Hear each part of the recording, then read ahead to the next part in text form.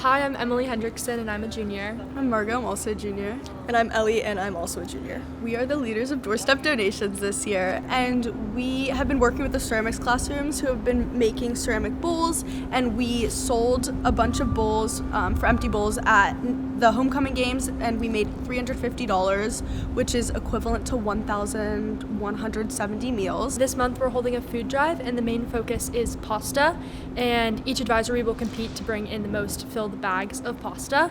And we're doing this food drive because nearly 77,000 people experience food insecurity in our Portland community. So it's a very prominent issue and we want to do our part to help out. And just one filled bag can feed up to 50 people. So next time you or your parents are at the grocery store, just try to grab an extra box of pasta so that we can stock the neighborhood house's food pantry best we can, because as of now their food pantry is nearly empty. And also the advisory that fills the most bags with pasta will receive a homemade Italian pasta lunch. I'm Michael. I'm the ceramic teacher here at OES Upper School. Started doing empty bowls as a requirement for class, I don't know, 6 or 7 years ago now.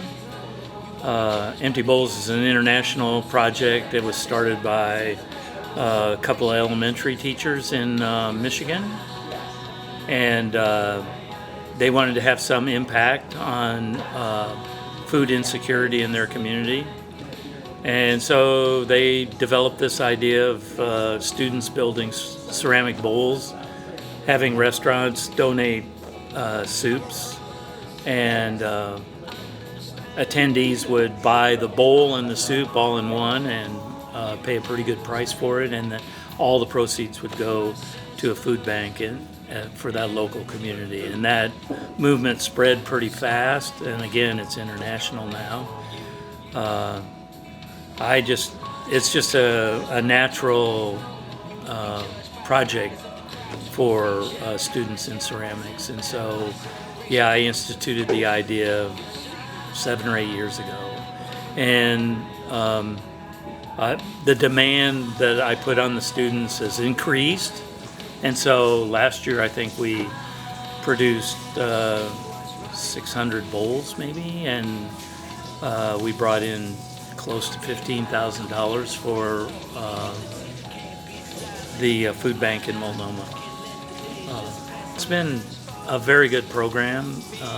We've raised a lot of money, and it's important that students know that while they're having fun and learning how to build ceramics, either on the wheel or hand building, that fun can be translated into a civic engagement, and that was always my focus, to impress that upon students.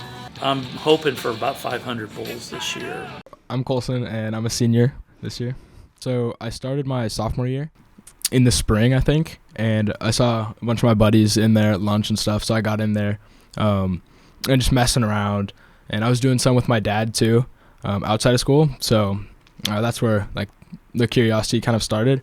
And then junior year, I took both semesters with Michael, and then this year I'm doing just the first semester, and I'm still going to continue outside of school, of course, at a different studio. The organization, the nonprofit Hopewell House, and that's a nonprofit in Multnomah Village that sort of hospital for people in hospice.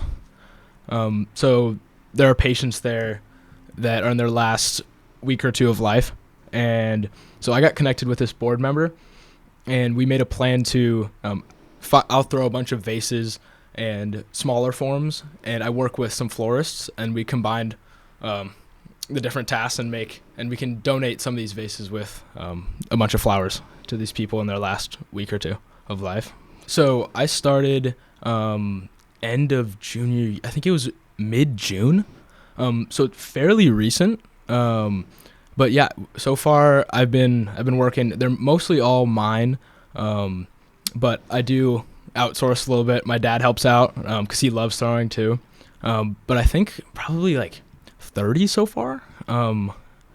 But yeah, we're still making some more, and it's like a year-long thing. So they get flowers that were not sold.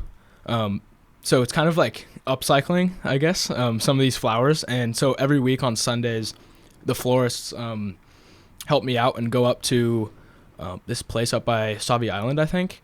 And they get all these flowers and they hand pick them. So they pick the best ones out. They get those back. So those are donated flowers. And I work with them. And I bring the vases in. And then there's a huge sort of working line of flowers that are going in, and they're hand making these flowers. So it's really a well thought out process. And I find that pretty inspiring that there's so many people volunteering their time to make these vases. It was especially nice that I found a passion like in ceramics, and I was able to take my passion, and instead of just practicing the art form, I could make it into something bigger and help the local community out a little bit, and network with some of these nonprofits. And so I think that's been really impactful for me, just because I've been able to actually firsthand see the reactions and the result of donating these vases with flowers.